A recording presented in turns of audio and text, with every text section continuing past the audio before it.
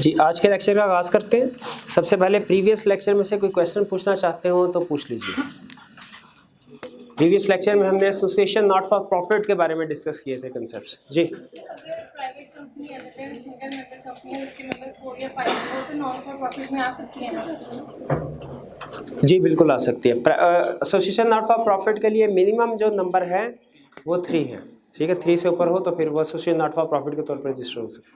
मतलब आपने कहा था कि अगर ऑनर चेंज हो रहा है तो कंपनी पे कोई इफेक्ट नहीं होगा। ओनर चेंज हो जाए तो कंपनी में कोई इफेक्ट नहीं होता।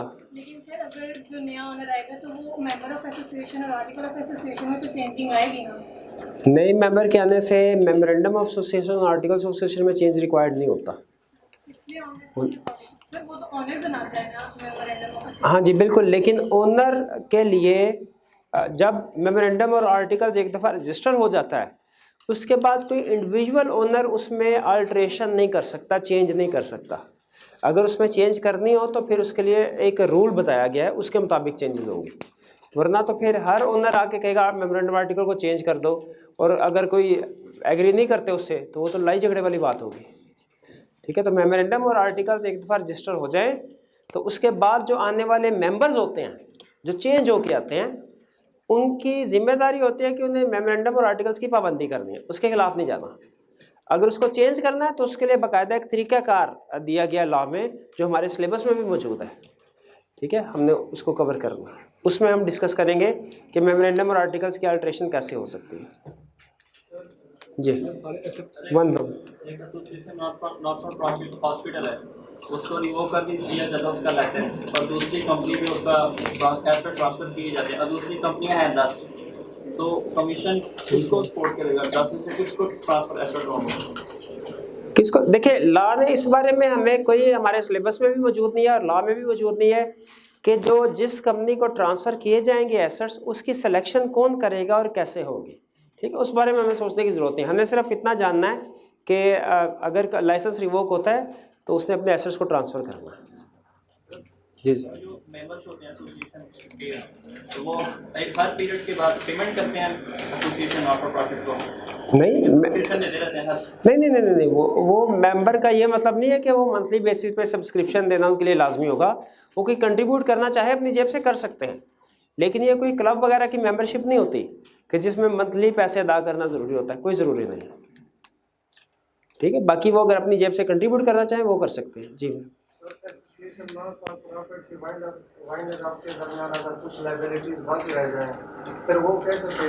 एसोसिएशन नॉट फॉर प्रॉफिट अगर वाइंड अप हो रही है, कोई लाइबिलिटी बाकी रह जाए तो वो पे नहीं होगी। वो जिस बंदे के पैसे थे वो ज़ाया हो गए, ख़त्म। जी, 10 कंपनी हो, क्या जरूरी कि एक ही कंपनी को सारे एसेट प्रोवाइड किए जाए? मतलब छूट ज़्यादा है। देखिए, अगर ज़्यादा कंपनीज है तो जहाँ तक मेरी अंडरस्टैंडिंग है, मुझे कंफर्म नहीं लाने लिखा नहीं हुआ, मेरी अंडरस्टैंडिंग ये है कि वो एक से ज़्यादा एसोसिएशन नॉट फॉर प्रॉफिट को भी ट्रांसफ़र किए जा सकते हैं। हाँ जी बिल्कुल। और कोई बस जी,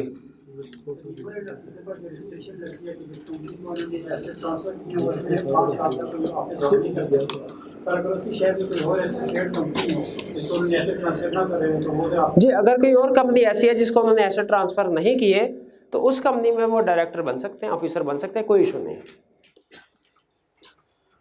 जी, रिस्ट्रिक्शन उनके फैमिली मेंबर्स के लिए भी है? जी बिल्कुल, शिक्षा फैमिली मेंबर्स के लिए भी है, ताकि वो ये ना हो कि डायरेक्टर जो है वो खुद तो नहीं अपने बेटे को या अपने भाई को है वो हमें डायरेक्टर लगा दें। ठीक है, रिश्वत लेनी है बंदा ज़रूरी तो नहीं अपने नाम से ले, वो किसी फैमिली मेंबर के नाम से भी ले लेता है, इसलिए ला ने उसको भी डिस्क्वालीफाई कर दिया। और कोई क्वेश्चन? जी, लाइसेंस रिन्यू करवाने की जरूरत होती है कि स्पेसिफिक पीरियड के बाद ये एक्सपायर हो जाएगा और इसे दोबारा रिन्यू करवाना? देखिए, क्या लाइसेंस रिन्यू करवाने की ज़रूरत है? प्रोसीजरल इश्यूज लॉ में डिस्कस नहीं होते। जहाँ तक मेरी अंडरस्टैंडिंग है, एसोसिएशन नॉट फॉर प्रॉफिट का लाइसेंस मिल जाए तो वो रिन्यू कराने की ज़रूरत नहीं होती अनलेस के उसे SCCP रिवोक कर दे। मेंबर्स को बेनिफिट क्या मिलेगा? सवाब मिलेगा, जन्नत में जाएंगे इंशाल्लाह। तो ना करें, एसोसिएशन नॉट फॉर प्रॉफिट ना बनाए, कोई और काम कर ले। और कोई क्वेश्चन? तो ये जनरल पब्लिक से ले सकते हैं पैसे? एसोसिएशन नॉट फॉर प्रॉफिट का जनरल पब्लिक से पैसे ले सकते? बिल्कुल ले सकते हैं, जनरल पब्लिक के पैसों से तो चलते हैं ये डोनेशन। फॉर एग्जांपल एक हॉस्पिटल है, वहाँ पे पेशेंट्स आते हैं, बिल्कुल ले सकते हैं बिल्कुल। हाँ, जनरल पब्लिक के डोनेशन से ही नॉर्मली ये लोग चलते, ये ऑर्गेनाइजेशन चलती है। और भी क्वेश्चन? जी, सर मेंबर्स अगर रिक्वायरमेंट को रिवोक का लाइसेंस हो जाए तो उसके बाद रिक्वायरमेंट को मीट ना करें तो जब इनके ऐसे भी सर एडमिनिस्ट्रेटर को अपॉइंट कर देता है इसका नुकसान नहीं होता है सर मेंबर वगैरह को। एडमिनिस्ट्रेटर के पॉइंट होने से मेंबर्स वगैरह को क्या नुकसान होता है, वो घर चले जाते हैं, बस और तो कोई नुकसान नहीं है, जो उनकी जिम्मेदारी से वो दूसरा पूरा करेगा। लेकिन ज़ाहिर है एक नेगेटिव सिग्नल होता है कि आप अच्छे तरीके से अपना काम, एक तो चलते हुए आपने लाइसेंस रिवोक करवा लिया अपना, वो ठीक तरीके से मैनेज नहीं किया आपने अफेयर्स को, और फिर उसके बाद वाइंडिंग अप का भी काम सही नहीं कर रहे। जी, एसोसिएशन नॉट फॉर प्रॉफिट के मेंबर्स को बनाकर बाद में घर बैठ जाते हैं। एसोसिएशन नॉट फॉर प्रॉफिट के मेंबर्स को बना के बाद में घर नहीं, वो बेसिकली नॉर्मली वो खुद ही डायरेक्टर्स भी होते हैं ना, तो वो कंपनी के अफेयर्स को चलाते भी हैं। जी, आज हम स्टडी करने जा रहे हैं नेक्स्ट कंसेप्ट जो कि है रेगुलेटर्स ऑफ कंपनी। कंपनी को रेगुलेट कौन लोग करते हैं, कौन लोग कंपनी को चलाते हैं। ठीक है, कंसेप्ट ये सीखने जा रहे हैं हम। अच्छा, पहले मुझे ये बताइए कि क्या कंपनी के जो रेगुलेटर्स होंगे वो विद इन द कंपनी होंगे, आउटसाइड द कंपनी होंगे, या दोनों हो सकते हैं? दोनों हो सकते हैं। रेगुलेट करने का मतलब कंपनी के मामलात की निगरानी करना, देखना, चलाना उनको। तो कुछ रेगुलेटर्स हैं इंटरनल और कुछ एक्सटर्नल। आज के लेक्चर में हमने इन दोनों के बारे में पढ़ना है कि इंटरनल कौन है और एक्सटर्नल कौन है। एक्सटर्नल रेगुलेटर्स में सबसे पहले टॉप टू डाउन स्टार्ट करते हैं। सबसे पहले आता है कोर्ट। आपको पता है अदालत जो है, अदालत के पास तो इतनी अथॉरिटीज़ हैं, वो मुल्क के प्राइम मिनिस्टर को डिस्क्वालीफाई कर सकते हैं। तो ये तो कंपनी है, तो इससे रिलेटेड भी किसी भी किस्म का ऑर्डर कोर्ट पास कर सकती है। कुछ पावर जो है वो कंपनीज एक्ट कोर्ट को प्रोवाइड करता है कि ये वो मामलात है जिनमें अगर कोई डिस्प्यूट राइज हो जाए, मसला आ जाए, तो कोर्ट फिर फैसला करेगा। कोर्ट के नीचे फिर इसके बाद बारी आती है SCCP की, जिसे हम कमीशन या securities and exchange commission of Pakistan भी कहते हैं। ठीक है, जो ज़्यादा स्वेयर मामलात होते हैं कंपनी के वो SCCP डील करता है। SCCP के फैसलों से अगर आप मुतमिन नहीं, कोर्ट में जा सकते हैं। लेकिन जो कंपैरेटिवली रूटीन नेचर के मामलात होते हैं उनको डील करने के लिए SCCP के नीचे एक बंदा होता है रजिस्ट्रार, जो कि बेसिकली SCCP का हिस्सा होता है, लेकिन इसके ज़िम्मे रूटीन नेचर के मामलात होते हैं। यूँ समझ लीजिए रजिस्ट्रार जो है ये ब्रांच ऑफिस में बैठेगा और हेड ऑफिस में SCCP डील करता है मामलात को। अगर मामला ज़्यादा से रूटीन नेचर का हो तो हम सब ऑफिस जाते हैं, ब्रांच ऑफिस रजिस्ट्रार के पास। लेकिन अगर वो क्रिटिकल नेचर का हो तो फिर SCCP हेड ऑफिस जाते हैं। इंटरनल टू द कंपनी कौन सी अथॉरिटीज़ हो सकती हैं? वो हो सकते हैं विद इन द कंपनी सबसे ऊपर मेंबर्स। अच्छा, आप देखिए मेंबर जो हैं ये कंपनी के मामलात को चलाते नहीं हैं, लेकिन कंपनी की स्ट्रेटजिक डायरेक्शन क्या होगी, किस तरह की कंपनी होगी, रन करने के लिए क्या रूल्स एंड रेगुलेशन होगी, जैसे मेमोरेंडम और आर्टिकल्स, ये सारे बनाना मेंबर्स की जिम्मेदारी है। उस मेमोरेंडम और आर्टिकल्स के अंदर रहते हुए डायरेक्टर्स काम करेंगे। ठीक है, तो जो with in the company highest authority है वो मेंबर्स हैं। मेंबर्स के बाद डायरेक्टर दूसरे नंबर पे। Members day to day operations को मैनेज करने के लिए डायरेक्टर्स को अपॉइंट करते हैं। डायरेक्टर्स के बाद बारी आती है, डायरेक्टर्स भी डे टू डे बेसिस पे बेसिकली ऑपरेशंस को मैनेज करते हैं, लेकिन हर रोज ऑफिस नहीं आते हैं।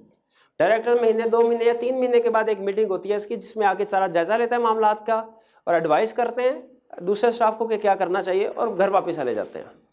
डे टू डे बेसिस पे मामलात को मैनेज करने के लिए चीफ एग्जीक्यूटिव होता है। डायरेक्टर्स अपॉइंट करते हैं इसको, चीफ एग्जीक्यूटिव को, और फिर चीफ एग्जीक्यूटिव के बाद नीचे इसके नीचे CFO, इसके अलावा और दूसरे ऑफिसर्स आते हैं। For example CFO chief financial officer या शेयर रजिस्ट्रार या चेयरमैन और कुछ दूसरे लोग। ये हमारे मेन रेगुलेटर्स हैं या कंपनी को चलाने वाली पार्टीज हैं, कुछ विद इन द एंटिटी और कुछ outside the company. With in the company कौन सी है? मेंबर्स, डायरेक्टर्स, चीफ एग्जीक्यूटिव, और आउटसाइड पार्टी कौन सी है? कोर्ट, SCCP और रजिस्ट्रार। ठीक है, इन सब के ऊपर अलग-अलग आगे चल के हमने डिटेल डिस्कशन करनी है, बाकायदा पूरा चैप्टर है मेंबर्स के ऊपर भी और डायरेक्टर्स और चीफ एग्जीक्यूटिव के ऊपर भी। लेकिन इन अथॉरिटीज के ऊपर जितनी डिस्कशन है वो हम आज और कल के लेक्चर में कर लेंगे। फिर इसके बाद इनका कुछ कंसेप्ट में जिक्र आएगा सिर्फ इनके ऊपर डिस्कशन हम डिटेल में नहीं करेंगे इसके बाद, ठीक है। अब पहले इंटरनल टू द ऑर्गेनाइजेशन, जो इंटरनल टू द कंपनी कुछ रेगुलेटर्स हैं उनके ऊपर बात करना चाहता हूँ। सबसे पहले मेंबर्स। मेंबर कौन होते हैं? जो कंपनी के मालिकान, किसी भी ओनर्स, किसी भी कंपनी का मेंबर बनने के तीन तरीके। पहला तरीका यह है कि उसके मेमोरेंडम और आर्टिकल्स, जब कंपनी इनकॉर्पोरेट हो रही हो, रजिस्टर हो रही हो, उस वक्त उसके मेमोरेंडम और आर्टिकल्स को जो लोग साइन करते हैं, जो लोग बनाते हैं मेमोरेंडम और आर्टिकल्स को, ठीक है, वो जब साइन करके रजिस्ट्रार को जमा करवाते हैं मेमोरेंडम आर्टिकल, और रजिस्ट्रार उनको रजिस्टर कर लेता है, स्टैंप लगा देता है, अप्रूव कर देता है, तो कंपनी इनकॉर्पोरेट हो जाती है। उस वक्त जितने भी सिग्नेटरी होते हैं मेमोरेंडम और आर्टिकल्स के, वो ऑटोमेटिकली मेंबर्स बन जाते हैं, कंपनी के मालिकान बन जाते हैं। सिग्नेचर करने वालों को कहते हैं सब्सक्राइबर्स। एक टर्म है प्रोमोटर। प्रोमोटर का मतलब है ऐसे लोग जो कि कंपनी को सेटअप करने के लिए नेसेसरी स्टेप्स लेते हैं, ठीक है। जैसे फर्ज कीजिए 4-5 लोग बैठे हैं, कहते हैं यार फारे ही बैठे हैं, ऐसा करते हैं कोई कंपनी बना लेते हैं, आइडिया आया उनके जहन में, ये प्रोमोटर्स हैं। इनमें से हो सकता है कुछ लोग मेमोरेंडम और आर्टिकल्स प्रिपेयर करें और 5 में से 4 लोग एग्री करें साइन करने के लिए, इसका मेंबर्स बनने के लिए। 5वां कहे नहीं भाई मैं सिर्फ आप लोगों की हेल्प करूंगा रजिस्ट्रेशन में, मैं इस कंपनी में इन्वॉल्व नहीं होना चाहता।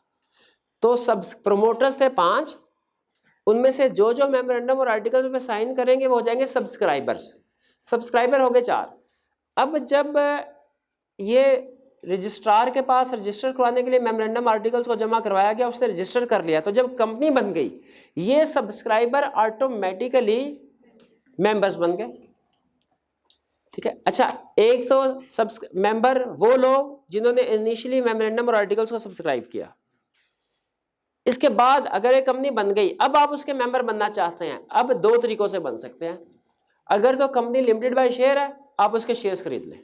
जो शेयर होल्डर होते हैं वो भी मेंबर होते हैं, ठीक है। तो आप बाद में सब्सिक्वेंट टू इनकॉर्पोरेशन अगर कंपनी के शेयर्स बाय कर लेते हैं तो आप कंपनी के मेंबर बन जाएंगे, चाहे एक शेयर क्यों ना हो आपके पास, ठीक है। शेयर होल्डर भी कंपनी का मेंबर होता है। और तीसरा तरीका यह है कि अगर कंपनी का शेयर कैपिटल नहीं है, तो फिर तीसरा तरीका यह है कि आप मेमोरेंडम में उसकी गारंटी दें कि अगर वो कंपनी वाइंड अप की तो आप उसके एसेट्स में कंट्रीब्यूट करेंगे, और उसके साथ ही आप कंपनी के मेंबर बन जाएंगे। ये 3 तरीके हैं। जिस तरह टर्म बॉडी कॉर्पोरेट और कंपनी में फर्क था ना, बॉडी कॉर्पोरेट कंप्रीहेंसिव टर्म है जिसमें 3 तरह की ऑर्गेनाइजेशंस आती हैं। एक कंपनी भी है, एक जो अदर लॉ एंड स्टैट्यूट के मुताबिक इनकॉर्पोरेट हुई है, और दूसरा फॉरेन लॉज में, और फिर 2 एक्सेप्शन भी थी। उसी तरह एक डिफरेंस है कंसेप्ट मेंबर और शेयर होल्डर में। मेंबर एक कंप्रीहेंसिव टर्म है, इसमें 3 तरह के लोग आते हैं, सब्सक्राइबर, शेयर होल्डर, और वो जिन्होंने एग्री किया होता है कंट्रीब्यूट करने के लिए in company not having share capital, in company limited by guarantee, उसमें। तो ये 3 ये फर्क है शेयर होल्डर और मेंबर में। ये फर्क समझ आ गया? यानी जिस तरह का फर्क कंसेप्चुअली बॉडी कॉर्पोरेट और कंपनी में था, उसी तरह का फर्क मेंबर और शेयर होल्डर में। मेंबर कंप्रीहेंसिव टर्म है। फिर इसके बाद मेंबर्स डायरेक्टर्स को अपॉइंट करते हैं कंपनी को मैनेज करने के लिए, और डायरेक्टर्स आगे अपॉइंट करते हैं नॉर्मली चीफ एग्जीक्यूटिव को। अब आते हैं एक्सटर्नल पार्टीज की तरफ। एक्सटर्नल पार्टीज 3 है, कोर्ट, एससीसीपी, रजिस्ट्रार। हम स्टार्ट करते हैं रूटीन नेचर के मामलात से, यानी रजिस्ट्रार से, और ये देखेंगे कि रजिस्ट्रार के पास क्या अथॉरिटीज हैं, क्या पावर्स हैं, क्या ड्यूटीज हैं, ठीक। आज के लेक्चर में, और ये आज कंक्लूड नहीं हो सकेगा, एक तरीका तो यह है कि मैं इसको 10 मिनट में भी भुड़का सकता हूँ, ठीक है, बल्कि आपसे कह दूंगा कि रीडिंग कर लो, कोई चीज़ समझ नहीं आई तो पूछ लो। आप रीडिंग कर लेंगे, समझ कुछ भी नहीं आया होगा, कह देंगे सर सब कुछ समझ आ गया, लेक्चर नहीं बढ़ गया।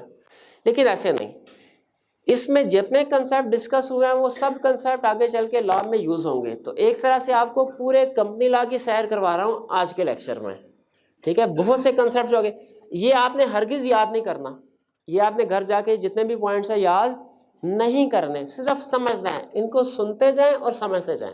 घर जाके रीडिंग करनी भी है तो सिर्फ इस नियत से कि आपका कंसेप्ट रिफ्रेश रहे जो आपने सुना है। इनको याद नहीं करना, ये रटा लगाने के लिए नहीं है, ठीक है।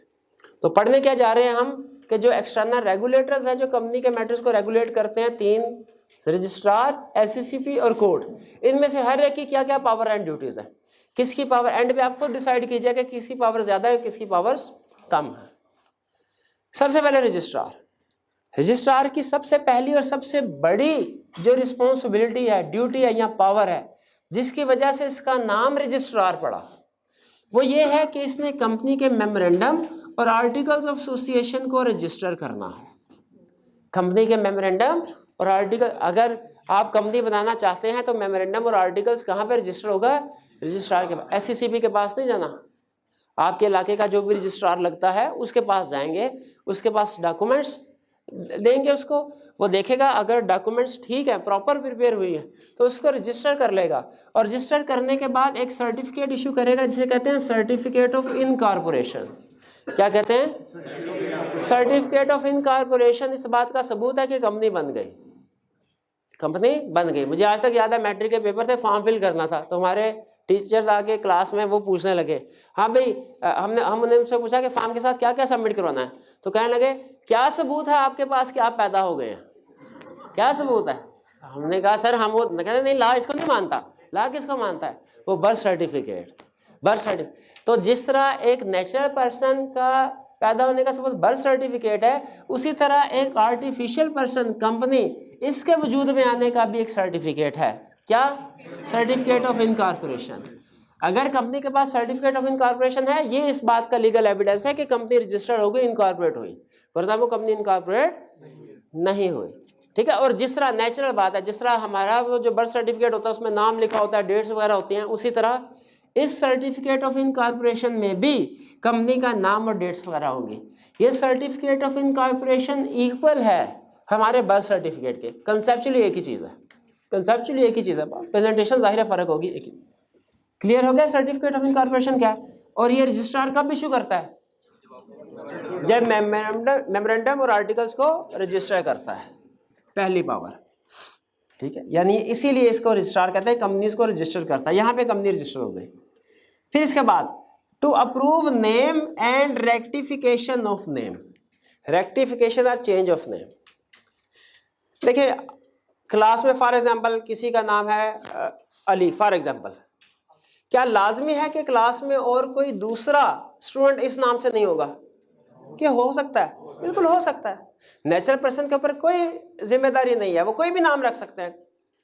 लेकिन जो आर्टिफिशियल होते हैं कंपनीज, इनके ऊपर लाजिम होता है कि इन्होंने कुछ नाम ऐसे हैं जो ये नहीं रख सकते, रिस्ट्रिक्शंस होती हैं, पाबंदियां होती हैं। जैसे कोई भी नई कंपनी ऑलरेडी एग्जिस्टिंग कंपनी का नाम नहीं रख सकती, वरना लोगों को धोखा हो जाएगा कि पता नहीं किस कंपनी की बात की जा रही है, इस कंपनी की या इस कंपनी की। तो नाम डिफरेंट होना चाहिए। आपको एक नाम के दो नेचुरल पर्सन तो मिलेंगे, लेकिन पाकिस्तान में कभी भी नहीं एक नाम की दो कंपनीज मिलेगी। बल्कि मिलते जुलते नाम को भी अवॉइड किया जाता है कि लोगों को धोखा ना हो। ठीक है, तो इसीलिए याद रखें, कंपनी इनकॉर्पोरेट करवाने से पहले, मेमोरेंडम और आर्टिकल्स रजिस्टर करवाने से पहले, भेजने से पहले ही प्रोमोटर्स ये चेक कर लेते हैं कि जो हमने नाम सेलेक्ट किया है ये ऑलरेडी किसी कंपनी का नाम तो नहीं है, बल्कि रजिस्ट्रार के पास रिजर्व भी करवा लेते हैं कि सर ये नाम रिजर्व कर दें, हम अनकरीब मेमोरेंडम आर्टिकल्स आपके पास लेने के लिए आ रहे हैं, तो इस नाम के साथ हम अपनी कंपनी स्टार्ट करेंगे। अच्छा, फर्ज कीजिए कंपनी ने एक नाम रख लिया। आप नेचुरल पर्सन अपना नाम चेंज कर सकता है, कंपनी भी अपना नाम चेंज कर सकते हैं, लेकिन जिस तरह हमें नादरा की परमिशन की ज़रूरत होती है, उसी तरह कंपनी के केस में भी अगर नाम चेंज करते हैं, या अगर फ़र्ज़ कीजिए गलत नाम से, सेम नेम से फ़र्ज़ कीजिए गलती से कोई कंपनी रजिस्टर हो गई, उसको चेंज करना है, रेक्टिफाई करना है, तो कंपनी का एक दफ़ा जो नाम रजिस्टर हो जाए उसको चेंज भी किया जा सकता है। कौन चेंज करेगा?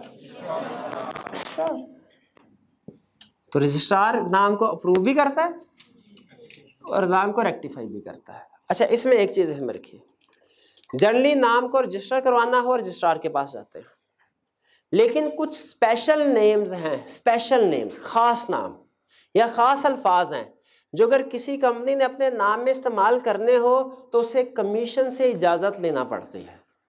इसीलिए अगर आप SCCP की पावर्स देखेंगे तो उसमें भी नेम से रिलेटेड कुछ पावर आ रही होंगी कि SCCP की ये पावर है कि वो अलाउ कर सकता है certain words in the names of A company.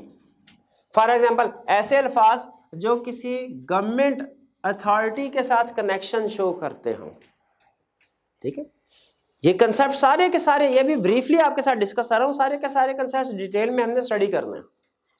तो रूटीन नेचर में कंपनी ने नाम रखना है या चेंज करना है, किसके पास जाना पड़ेगा? रजिस्ट्रार के। लेकिन अगर कुछ खास अल्फाज अपने नाम में ऐड करने हैं, वो खास अल्फाज क्या है अभी नहीं पढ़ा रहा, ठीक है, तो उसके लिए कमीशन के पास, SACB के पास जाना पड़ेगा। आगे चलते हैं। To approve alteration in memorandum and articles. Memorandum और आर्टिकल्स एक दफा रजिस्टर करवा लिया, क्या पॉसिबल है कि बाद में इसको चेंज करवाने की जरूरत पड़े? क्या मेंबर्स इसको चेंज करवा सकते हैं, अल्टरेशन करवा सकते हैं?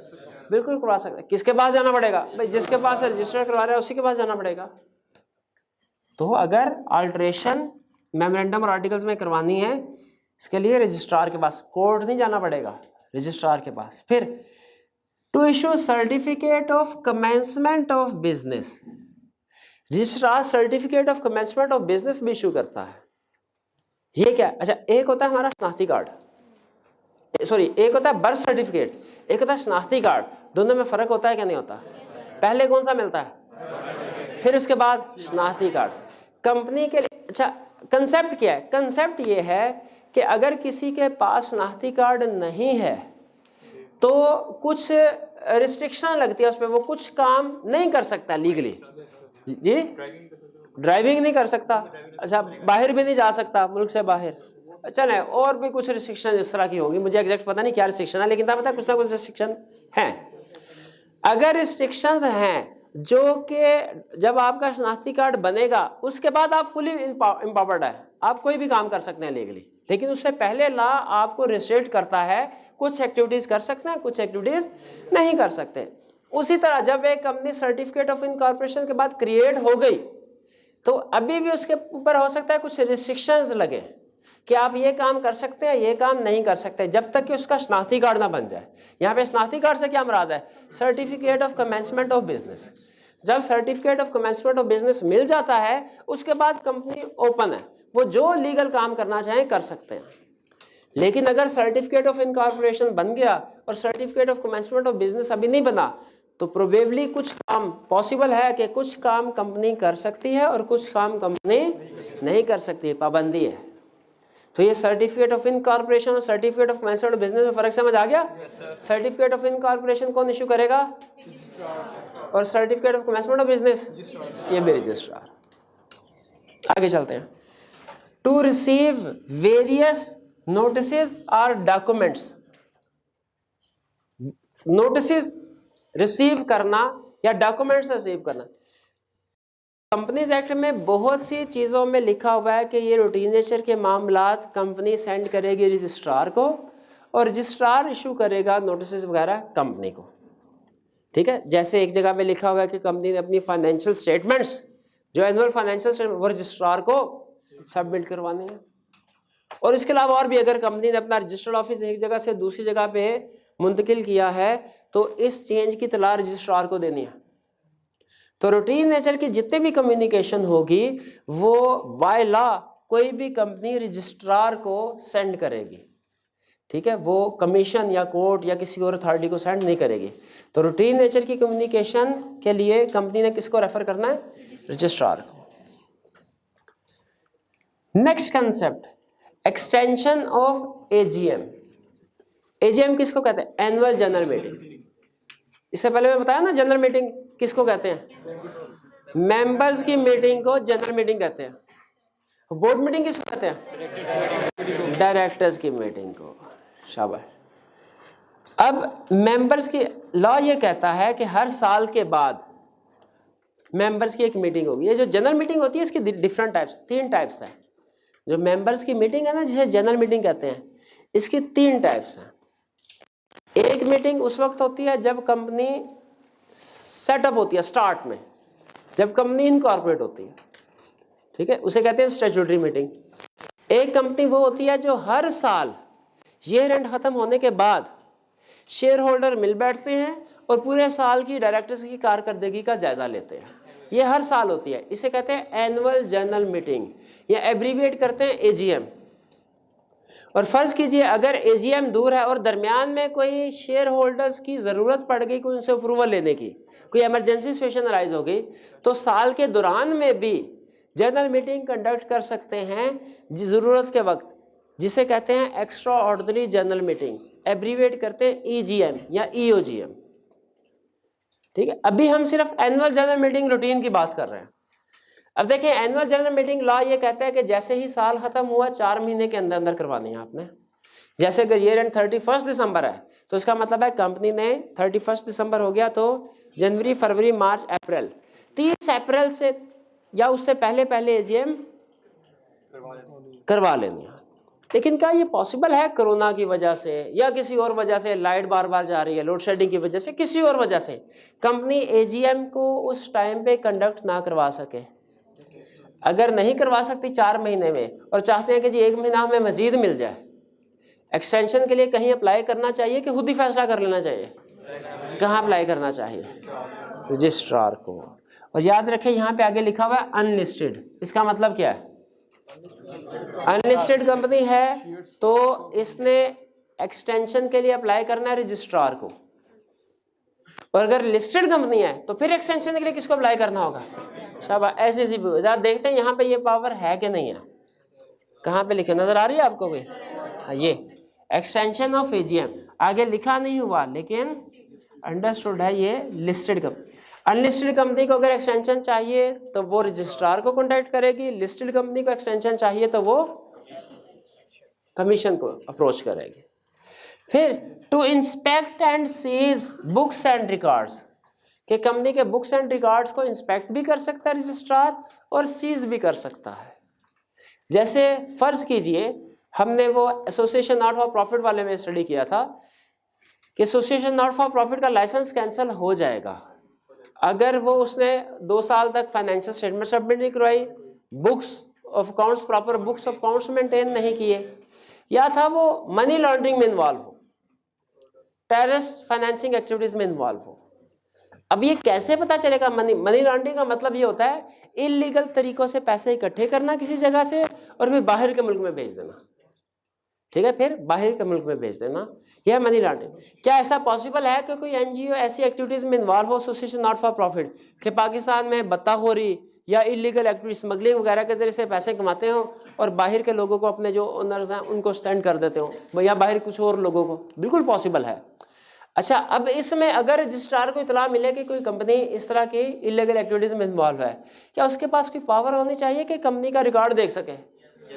क्योंकि वहाँ पे डॉक्यूमेंट्स में जैसे अगर वो कैश भेजते हैं तो कोई ना कोई बुक्स में रिकॉर्ड करते होंगे ना कैश भेजा हुआ है। ठीक है, चाहे सीधा नहीं लिखते होंगे कि कैश मनी लॉन्ड्रिंग का भेजा है कोई और, लेकिन पर्पस लिखते होंगे और चेकिंग करने पे अंदर की बातें सामने आ जाती है। क्या रजिस्ट्रार के पास ये पावर होनी चाहिए कि वैसे रिकॉर्ड को इंस्पेक्ट करे? बिल्कुल है। और सीज भी कर सकता है। सीज करने का मतलब अगर उसमें से कुछ ना कुछ गड़बड़ नजर आ जाए तो उसे शक होता है, ऐसा ना हो गड़बड़ तो पकड़ी गई है, अब मैं अगर वापस जाऊं तो पीछे से आग लगा दे और रिकॉर्ड सारा जल गया, तो वो उस रिकॉर्ड को अपने कब्जे में भी कर सकता है। लॉ ने उसे पावर दी है, वो इंस्पेक्ट भी कर सकता है कंपनी का रिकॉर्ड और उसको सीज भी कर सकता है। ठीक, इसमें दरमियान में शायद कहीं मॉर्गेज चार्जेस की बात आई होगी, उसको काट दीजिए। रजिस्ट्रार की पावर्स में कहीं कोई मॉर्गेज चार्जेस वाली बात आई होगी, इसको काट दीजिए। जी, रजिस्ट्रार ही बिक जाए तो फिर कुछ नहीं, बिक जाए तो बिक जाए, बिक गया बस, अब तो कुछ नहीं हो सकता भाई जी। नहीं, फिर कोई इंस्पेक्ट नहीं करता, अल्लाह है ना, अल्लाह पूछेगा। ये डॉलर्स में भी और दूसरे मुल्क की करेंसी में भी ट्रांसफर हो। अब उस तरफ ना चले जाएं मनी लॉन्ड्रिंग की तरफ कि किस तरीके से होगी, कैसे करेंगे, वो छोड़े, अपने लॉ के स्कोप की तरफ रहे जी। यहाँ तक हमने जितनी पावर एंड ड्यूटीज पढ़ी हैं, कुछ पूछना चाहते हो तो पूछ सकते हैं। देखिए, मीटिंग के बारे में मैंने आपको पहले बताया था, ये सिर्फ सैर करवा रहा हूँ आपको ऊपर ऊपर से। यूँ समझ लीजिए हवाई जहाज में हम बैठे हैं और सैर कर रहे हैं नीचे लॉ कैसे कैसे क्या क्या चीजें हैं। हाँ, अब नीचे उतर के उन चीजों को हमने डिटेल में देखना नहीं शुरू कर देना। हर कंसेप्ट डिटेल में डिस्कस होगा, हर कंसेप्ट। यहाँ पे लिखने का मकसद ही है कि आपको ओवरव्यू दे दिया जाए कि लॉ में आप क्या क्या कंसेप्ट पढ़ने जा रहे हैं। हर कंसेप्ट डिटेल में डिस्कस होगा, लेकिन आज की क्लास में नहीं। ठीक है, वो बाद में जैसे जैसे फ्यूचर में टॉपिक आते जाएंगे हम इनको डिस्कस करते जाएंगे। और कोई क्वेश्चन? क्लॉज ऑफ मेमोरेंडम क्या है? क्लॉज ऑफ मेमोरेंडम का मतलब यह है कि मेमोरेंडम के अंदर कितने सेक्शन होंगे या मेमोरेंडम में क्या क्या लिखा जाएगा। ठीक है, मेमोरेंडम में 6-7 चीजें लिखी जाती है, हर चीज को कहा जाता है क्लास। जैसे नेम क्लास, नेम क्लास में क्या लिखा जाता है? कंपनी का नाम। प्लेस क्लास होती है, principal line of business class होती है, प्लेस में लिखा जाता है कि कंपनी का रजिस्टर्ड ऑफिस किस जगह पे है। प्रिंसिपल लाइन ऑफ बिजनेस में लिखा जाता है कि कंपनी काम क्या करेगी। ठीक है, तो क्लॉज का मतलब था सेक्शन। जी, ये है रजिस्ट्रार। Registrar clear. आगे चलते हैं हम एससीसीपी की तरफ। एससीसीपी के बारे में एक तो उसके ऑफिसेस के बारे में सुन लीजिए। एससीसीपी का हेड ऑफिस है इस्लामाबाद में और इसके 8 रीजनल ऑफिसेज हैं डिफरेंट सिटीज में। जहां जहां पे एससीसीपी ने देखा कि जहां जहां एक्टिविटीज ज़्यादा है, कंपनीज की तादाद ज़्यादा है, उस रीजन में उसने अपने जो ऑफिसेज बना लिए और हर ऑफिस का जो हेड है वो रजिस्ट्रार अपॉइंट कर दिया। ठीक है, जैसे लाहौर है, कराची है, इसके अलावा और जो इंडस्ट्रियल सिटीज है। अब एससीसीपी की पावर्स एंड ड्यूटीज क्या है? सबसे पहला एक तो हम पढ़ भी चुके हैं, क्या? Association not for profit. देखिए, किसी भी ऑर्गेनाइजेशन को नॉट फॉर प्रॉफिट का लाइसेंस कौन देता है भला? रजिस्ट्रार तो नहीं देता। आपने खुद पढ़ा, वो एक क्वेश्चन में भी उसने कहा, पूछा था कि अथॉरिटी कौन है? एससीसीपी, बिल्कुल। फिर टू अलाउ सर्टेन, ये हम पढ़ चुके हैं कुछ साहब। फिर to confirm change in registered office class of memorandum. अब देखिए, मेमोरेंडम में कोई भी चेंज अगर लाना है आपको रजिस्ट्रार के पास जाना। उसमें बहुत सी क्लासेस है, बहुत से सेक्शन है। ठीक है, 6-7 सेक्शन है। आप किसी भी सेक्शन को चेंज, जैसे आप वो क्वेश्चन पूछा करते थे कैपिटल वाला, कि क्या एक दफ़ा कंपनी ने कैपिटल रजिस्टर करवा लिया अपना, उसके बाद उस कैपिटल को इंक्रीज कर सकती है? बिल्कुल इंक्रीज कर सकती है। कैसे इंक्रीज कर सकती है? मेमोरेंडम में एक क्लास होती है कैपिटल, रजिस्टर्ड कैपिटल क्लास। ठीक है, उसमें रजिस्टर्ड कैपिटल लिखा है कितना है। अगर आप उसको इंक्रीज करना चाहते हैं बिल्कुल कर सकते हैं। करना क्या पड़ेगा? मेमोरेंडम को चेंज करना पड़ेगा, अल्ट्रेशन करनी पड़ेगी। अच्छा, एक लफ्ज़ है चेंज, एक है अल्ट्रेशन। दोनों का मतलब 100% सेम है। जैसे एक लफ्ज़ है बाय, एक लफ्ज़ है परचेज, दोनों का मतलब 100% एक है। लेकिन अकाउंटेंट जो है उनका फेवरेट लफ्ज़ होता है कौन सा? परचेज। आप कभी नहीं सुनेंगे उनके मुंह से लफ्ज़ बाय, वो हमेशा परचेजेस का वर्ड यूज़ करते हैं, पसंद है उनको। उसी तरह जो लॉ मेकर्स होते हैं उनको चेंज का लफ्ज़ नहीं पसंद, उनको अल्ट्रेशन का लफ्ज़ पसंद। दोनों का मतलब हालांकि एक ही है, लेकिन अल्ट्रेशन। तो आपको शेयर कैपिटल एक दफ़ा रजिस्टर करवा लिया, क्या इंक्रीज करवा सकते हैं? बिल्कुल करवा सकते हैं। क्या करना पड़ेगा? मेमोरेंडम की अल्ट्रेशन करनी पड़ेगी। अच्छा, कुछ चेंजेस ऐसे हैं वो तो रजिस्ट्रार खुद कर लेता है, कुछ चेंजेस ऐसे हैं रजिस्ट्रार कहता है नहीं नहीं ये क्रिटिकल है, इसके लिए मैं नहीं, इसके लिए आप एससीसीपी के पास जाओ। वो एससीसीपी के पास जाते हैं, वहाँ से हम सर्टिफिकेट लेते हैं, उसके बाद फिर वापस रजिस्ट्रार के पास आते हैं और वहाँ से भी चेंज अप्रूव करवा के फिर आ जाते हैं। क्योंकि असूल के मुताबिक चेंज को अप्रूव तो ये करेगा, लेकिन एक एडिशनल कंडीशन है कि कुछ चीज़ों के लिए, जैसे नाम है, नाम में कुछ वर्ड लगाने हैं, वो इधर भेज देता है। यहाँ से अप्रूवल लेके फिर उसके पास आते हैं तो वो फौरी रजिस्टर कर देगा। इसी तरह अगर रजिस्टर्ड ऑफिस क्लास चेंज करवानी है, रजिस्टर्ड ऑफिस क्लास, तो उसके लिए अप्रूवल एससीसीपी देगा, एससीसीपी देगा। और इस अप्रूवल में कुछ आगे फॉर्मेलिटीज एससीसीपी देखता है। वो इसलिए है कि कहीं ऐसा ना हो कि कंपनी ने कराची में अपना ऑफिस एस्टेब्लिश किया, ठीक है, वो कराची के बैंक से लोन लिया या वहाँ लोगों से पैसे इकट्ठे किए और उसके बाद लाहौर शिफ्ट कर लिया। अब जिस बंदे से लोन लिया है वो बेचारा हर हफ्ते चक्कर लगाता है लाहौर का, इधर आता है और उसको बहाना बना देते हैं कि सर अगले हफ्ते आइएगा। तो इस तरीके से जो लेंडर्स हैं उनको प्रॉब्लम हो सकती है। तो बाकी की क्लासेस के लिए नहीं, लेकिन मेमोरेंडम की एक क्लास अगर आपने चेंज करनी है तो उसके लिए आपको एससीसीपी से अप्रूवल लेनी पड़ेगी। और वो कौन सी क्लास है? Registered office class. आगे चलते हैं। फिर इसके बाद to listen appeals against decision of registrar. ये सिंपल, रजिस्ट्रार ने कोई नाम अप्रूव नहीं किया, ठीक है, आपको इतराज है, अपील फाइल करनी है उसके खिलाफ, कहाँ करेंगे? इसी तरह रजिस्ट्रार की जितनी भी दूसरी पावर्स है, ठीक है, इनमें अगर रजिस्ट्रार ने कोई ऐसा फैसला कर दिया जो प्रमोटर्स या कंपनी के जो मेंबर डायरेक्टर्स हैं उससे एग्री नहीं करते, अपील फाइल करना चाहते हैं, कहाँ जाएंगे? और इसी तरह अगर एससीसीपी के फैसले के खिलाफ इतराज है कोर्ट जाएंगे। To approve prospectus for issuance, prospectus को अप्रूव करना। ये प्रोस्पेक्टस क्या होता है? अच्छा मुझे बताइए क्या एक कंपनी जनरल पब्लिक को शेयर इशू कर सकती है या कोई और सिक्योरिटी डिबेंचर वगैरह इशू कर सकती है पैसे इकट्ठे करने के लिए? गलत कंसेप्ट। प्राइवेट नहीं कर सकती, पब्लिक कर सकती। अच्छा, अगर आप एक कॉलेज में एडमिशन लेने के लिए जाते हैं तो कॉलेज आपको एक प्रॉस्पेक्टस देता है। आपने कुछ में एडमिशन लेना है तो दाखिला फॉर्म उसी में होता है। प्रॉस्पेक्टस में दाखिला फॉर्म के अलावा और क्या चीज़ें होती हैं? वो डिटेल होते हैं, कॉलेज अपनी मशहूरी वगैरह या जो भी उनके अचीवमेंट्स वगैरह हैं, वो इंट्रोडक्शन, वो सारी चीज़ें उसमें लिखी होती हैं ताकि आप उसको अच्छे तरीके से पढ़ लें और फिर फैसला कर लें कि क्या मुझे इस कॉलेज में एडमिशन लेना चाहिए कि नहीं। अगर आप फिर भी विलिंग है तो आप एडमिशन फॉर्म फिल करते हैं, पैसे जमा करवाते हैं और एडमिशन ले लेते हैं। उसी तरह कंपनी का प्रॉस्पेक्टस भी होता है जो कब इशू किया जाता है? जब कंपनी जनरल पब्लिक को, किसको? जनरल पब्लिक को शेयर्स वगैरह इशू करना चाहते हैं। तो अब अगर मैं जनरल पब्लिक में शामिल हूँ, मैं अपने पैसे किसी कंपनी में इन्वेस्ट करना चाहता हूँ, एक कंपनी ने कहा जी हमारे शेयर्स खरीद लीजिए, क्या मैं फौरी तौर पे उस कंपनी का शेयर खरीद लूँगा? या मैं जानना चाहूँगा कि इस कंपनी का इंट्रोडक्शन क्या है, ये कब बनी थी, ये काम क्या करते हैं, पिछले कई सालों का इनका रिजल्ट क्या रहा है, इनके डायरेक्टर्स में कौन कौन से लोग शामिल हैं, वगैरह वगैरह, और बहुत सी डिटेल। तो कंपनी ये सारी इंफॉर्मेशन एक डॉक्यूमेंट में इंक्लूड करती है। उस डॉक्यूमेंट को कहते हैं प्रॉस्पेक्टस। उसी में एक एप्लीकेशन फॉर्म भी होता है। अगर आप उस प्रॉस्पेक्टस को पढ़ने के बाद इंटरेस्टेड है कंपनी के शेयर्स खरीदने के लिए तो आप उस प्रॉस्पेक्टस को फिल करते हैं और जमा करवा देते हैं। तो ये प्रॉस्पेक्ट, लेकिन याद रखें वो प्रॉस्पेक्टस इशू अब ये नहीं है उस प्रॉस्पेक्टस की बेस पे लोगों ने अपनी सारी जिंदगी की जमा पूंजी लगानी है। तो कंपनी की कोशिश क्या होगी? यार प्रॉस्पेक्टस में कोई ऐसी इंफॉर्मेशन डाल दूं जो कि हमारा एक्चुअल पोजीशन जो है उसको शो ना करे, बल्कि हमारे बढ़ा चढ़ा के हमारे रिजल्ट्स को शो कर रही हो।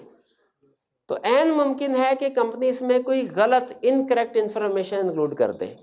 इसीलिए रजिस्ट्रार ने ये कहा है कि जब कभी कोई कंपनी अपना प्रॉस्पेक्टस इशू करेगी तो पहले हमसे अप्रूवल लेंगे, हम उसके प्रॉस्पेक्टस को देखेंगे, पढ़ेंगे, उसके बाद अगर उसमें सारी इंफॉर्मेशन ठीक हुई तो हम उसको इंक्लूड कर देंगे। एक ये भी चांस होता है कि जो इंफॉर्मेशन कंपनी के अगेंस्ट जा रही है वो उसको निकाल दें प्रॉस्पेक्टस से और जो उनकी फेवर में जा रही है उसको ऐड कर दें।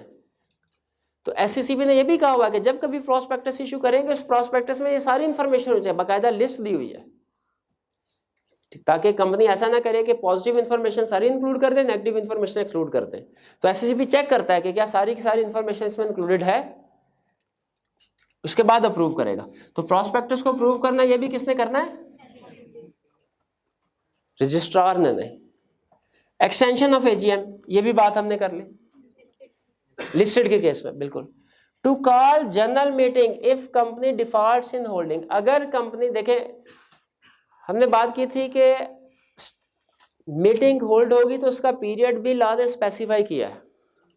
जैसे एजीएम का पीरियड क्या स्पेसिफाई किया, अभी मैंने बताया, ईयर एंड के बाद 4 महीने के अंदर अंदर। अगर एक्सटेंशन लेनी हो रजिस्ट्रार के पास चले जाओ, अनलिस्टेड, लिस्टेड की एक्सटेंशन लेनी है कमीशन के पास। और अगर कंपनी एक्सटेंशन के बावजूद भी कॉल नहीं करते। अच्छा, अब इसमें एक टेक्निकल पॉइंट है, वो जहन में रखिएगा, इंटरेस्टिंग होगा शायद आपके लिए। जनरल मीटिंग है शेयर होल्डर की, मेंबर्स की, लेकिन जनरल मीटिंग कब होगी, किस जगह होगी, किस वक्त होगी, ये सारे फैसले डायरेक्टर्स करते हैं। डायरेक्टर्स शेयर होल्डर को नोटिस भेजेंगे, सर अब आपकी एजीएम इस जगह पे इंतजाम करने के बाद होगी। अब अगर डायरेक्टर्स कोई नोटिस ही नहीं भेजते, अब क्या करें? क्या कंपनी खुद से, मेंबर्स खुद से मीटिंग कॉल कर लें? इसका जवाब यह है कि इस सिचुएशन में एक जगह पे लॉ ने ऑप्शन भी दी हुई है, मेंबर्स को खुद से भी कर सकते हैं, लेकिन एससीसीबी के पास भी पावर है कि अगर कंपनी डिफॉल्ट करे यानी एजीएम को कंडक्ट ना करवाए तो उस सूरत में एससीसीबी नोटिस इशू करके उस मीटिंग को कॉल करवाएगा, कंडक्ट करवाएगा। फिर to appoint auditor in certain cases, इसको भी एक्सक्लूड कर दीजिए। ठीक है, ये पावर तो है, ये नहीं कि पावर नहीं है, पावर है इनकी, लेकिन हमारे सिलेबस से अब ये चीज़ निकल चुकी है। तो जो सिलेबस से चीज़ निकल चुकी है वो भी मैं आपके साथ शेयर नहीं करना चाहता, हालांकि वो एससीसीबी की पावर में है। To approve loan to directors. अब ये जो डायरेक्टर्स होते हैं इनके कब्जे में चूंकि कंपनी की अमानत होती है, पैसे होते हैं, तो रिस्क ये होता है कि कहीं ऐसा ना हो ये अपने जाती फायदे के लिए काम करे और एक दूसरे को लोन अप्रूव करते रहे। तो डायरेक्टर्स को अगर लोन देना है तो ये डायरेक्टर्स अप्रूव नहीं करेंगे, ये एससीसीपी अप्रूव करेगा। ये इनके ऊपर एक चेक लगाया गया है कि ऐसा उन्होंने कंपनी के फायदे अपने जाती मकासद के लिए इस्तेमाल करते रहे, कंपनी के पैसे अपने जाती फायदे के लिए इस्तेमाल करते रहे। तो जब कभी डायरेक्टर को लोन की जरूरत पड़ेगी क्या वो एक दूसरे को लोन दे सकते हैं? एससीसीपी अप्रूव करेगा। ठीक है, यहाँ तक क्लियर है? ये कोई क्वेश्चन है तो पूछिए। सर आप बताएं कि एससीसीपी खुद नोटिस देगा एनुअल जनरल मीटिंग के, उसी एक्सपेंसेस फिर वो कंपनी से लेगा? क्या इसके अगर एससीसीपी खुद मीटिंग कंडक्ट करवाता है क्या इसके एक्सपेंसेस एससीसीपी बेयर करेगा? नहीं, वो कंपनी से लेगा। बल्कि उसकी पहली कोशिश पता क्या होती है, जिस डायरेक्टर की जिम्मेदारी थी और उन्होंने नहीं कंडक्ट किया ना उसकी तनख्वाह में से पैसे काटे। उस पहली कोशिश की, क्योंकि सजा उसको मिलनी चाहिए ना जिसकी जिम्मेदारी थी और उसने नहीं किया पूरा काम। Next court. कोर्ट हमारे वैसे तो कोर्ट के पास बहुत सी बेतहाशा पावर्स हैं, लेकिन हमारे सिलेबस की हद तक 3 कंसेप्ट्स हैं जो हमने स्टडी करने हैं और कोर्ट की पावर्स में। पहला कंसेप्ट है इलेक्शन ऑफ डायरेक्टर्स। इसका ये मतलब नहीं है कि इलेक्शन ऑफ डायरेक्टर्स कोर्ट ने कंडक्ट करवाने हैं, नहीं। इलेक्शन ऑफ डायरेक्टर्स एजीएम होती है। डायरेक्टर्स को अपॉइंट कौन करता है? मेंबर्स। और मेंबर्स किस मीटिंग में अपॉइंट करेंगे? जनरल मीटिंग में, यानी एजीएम में। अगर एजीएम में डायरेक्टर्स के इलेक्शन का एक तरीकाकार है जो आगे हम पढ़ेंगे। क्या डायरेक्टर्स के इलेक्शन में धांधली हो सकती है? बिल्कुल हो सकती है। ठीक है, जब प्रोसीजर पढ़ेंगे तब आपको अंदाजा होगा उसमें 1-2 लूप होल्स हैं, धांधली हो सकती है। अच्छा, अगर धांधली हो गई तो अब जो डायरेक्टर बन गए सो बन गए, अब अपनी टर्म पूरी करें। यहाँ के दरमियान में आके जब पता चले कि धांधली हुई थी तो कोर्ट में अप्रोच करके इस इलेक्शन को नल एंड वाइड करार दिया जा सकता है। इलेक्शन को नल एंड वाइड करार दिया जा सकता है। तो अगर डायरेक्टर्स के इलेक्शन में कोई इरेगुलरिटी है और कोई शेयर होल्डर ये चाहता है, वो कहता है यार मेरे पास 25% शेयर्स थे और मीटिंग का नोटिस मुझे जानबूझ के नहीं भेजा इन्होंने कि मैं आके अपने बंदे को वोट ना दे दूं जिसको मैं चाहता हूं डायरेक्टर अपॉइंट हो, तो ये इलेक्शन तो सही नहीं हुए, धांधली हुई इसमें। अगर वो कोर्ट के पास चला जाए और साबित हो जाए कि इरेगुलरिटी थी, कोर्ट के पास ये पावर है इलेक्शन ऑफ डायरेक्टर्स को इनवैलिड करार दे सकता है। इसी तरह अगर जनरल मीटिंग में कोई फैसले हुए, जनरल मीटिंग में कुछ फैसले हुए और इसी तरह की इरेगुलरिटी जनरल मीटिंग में भी हुई, ठीक है, हालांकि ये फैसला भी जनरल मीटिंग में हुआ, ठीक है, इलेक्शन ऑफ डायरेक्टर्स।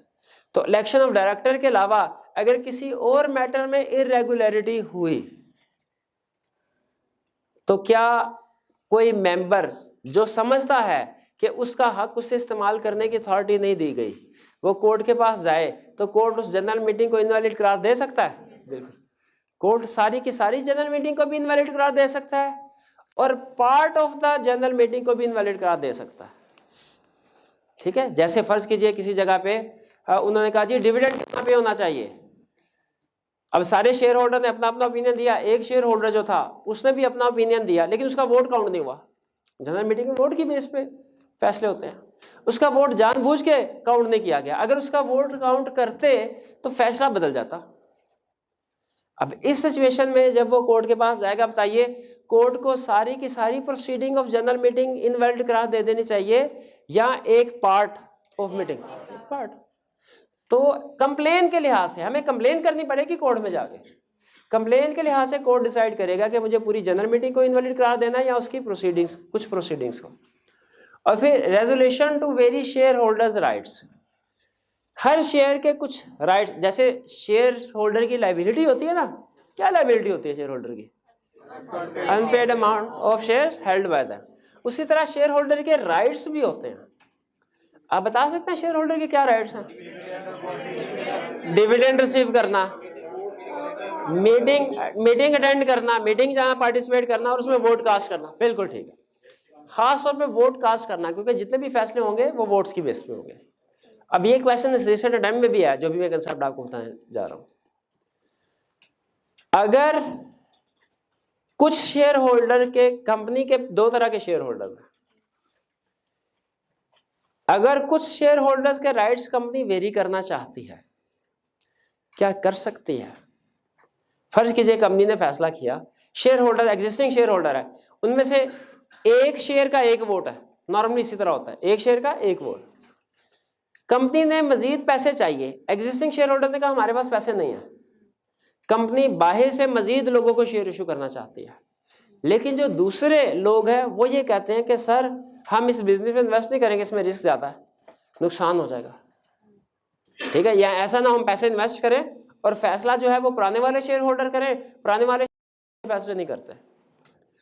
तो इन्वेस्टर को अट्रैक्ट करने के लिए कंपनी ये कर सकती है कि एग्जिस्टिंग शेयर होल्डर से ज़्यादा राइट्स उनको दे दे, उनको देते हैं, ठीक है, इसे कहते हैं variation in share holders rights, ठीक है। अगर कंपनी की दो क्लासेस ऑफ शेयर होल्डर्स हैं, एक क्लास ए क्लास बी, दोनों के इक्वल शेयर है, 1 वोट फॉर 1 शेयर, कंपनी ये चाहती है कि जो क्लास बी के वोटिंग राइट्स हैं उनको वेरी कर दे।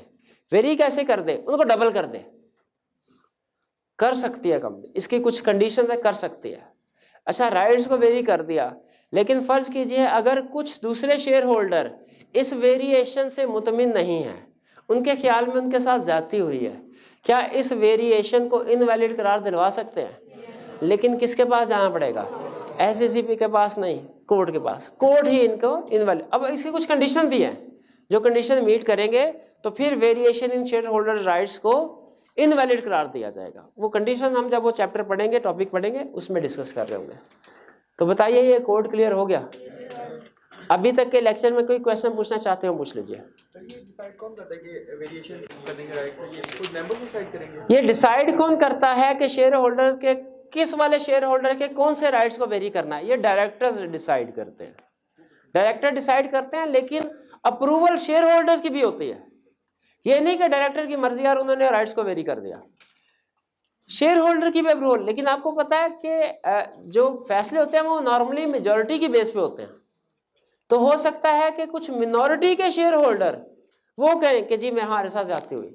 तो अगर मिनॉरिटी के शेयर होल्डर के साथ उन्होंने कुछ उनके राइट्स को वेरी करके उनको नुकसान पहुंचाया है, तो मिनॉरिटी शेयर होल्डर फिर कोर्ट के पास आते हैं। नहीं, कोर्ट ये नहीं कि मेजोरिटी, कोर्ट सर्कमस्टेंसेस को देखती है, वो डिसाइड करते हैं कि क्या ये वाकई इन मिनॉरिटी शेयर होल्डर के राइट्स को निगलेक्ट किया गया या नहीं। अगर कोर्ट इस नतीजे पे पहुंचे कि वाकई इनको निगलेक्ट किया गया इनके राइट्स को और ये इनके लिए नुकसानदेह है, तो फिर courts variation in share holder rights को इनवैलिड करार दे देगी। और कोई क्वेश्चन? जी,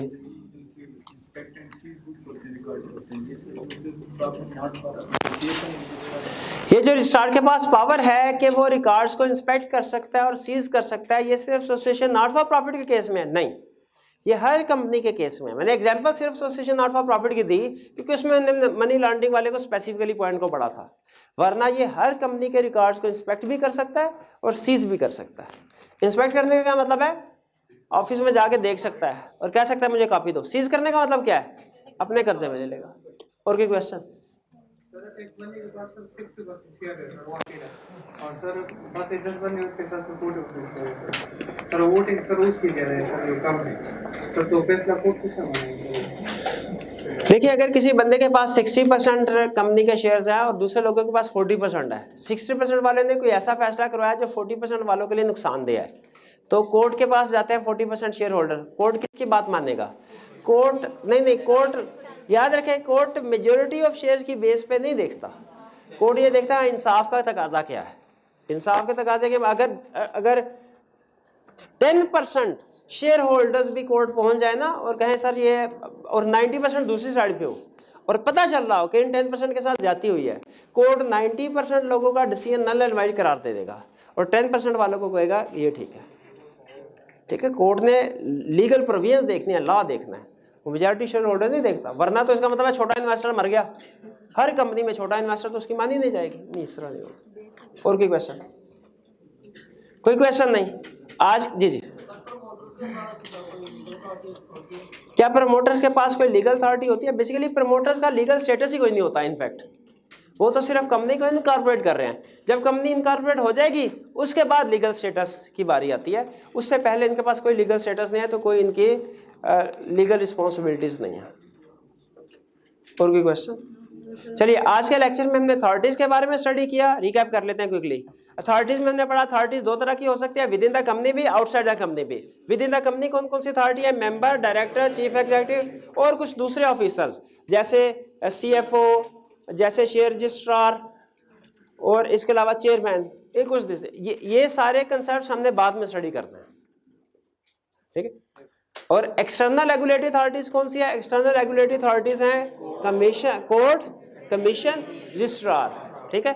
सबसे ज्यादा पॉइंट्स प्रोबेबली आपने रजिस्ट्रार में पढ़े होंगे। इसका ये मतलब नहीं है रजिस्ट्रार मोस्ट पावरफुल है, नहीं नहीं, इसका मतलब यह है कि जो सबसे ज्यादा काम इसी के जिम्मे लगाया गया, जो ज्यादा क्रिटिकल काम है वो SCCP, और फिर जो मोस्ट क्रिटिकल इश्यूज होते हैं उनके ऊपर कोर्ट से कॉन्टेक्ट किया जाता है। नॉर्मली अगर आपको कंपनी के किसी भी फैसले से एतराज़ है, उसको नल एंड वाइड कराना चाहते हैं, तो आप कोर्ट में जाके अप्लाई करते हैं। क्लियर आज का? चलिए, आज का लेक्चर यहाँ पे कंक्लूड करते हैं। अल्लाह हाफिज़।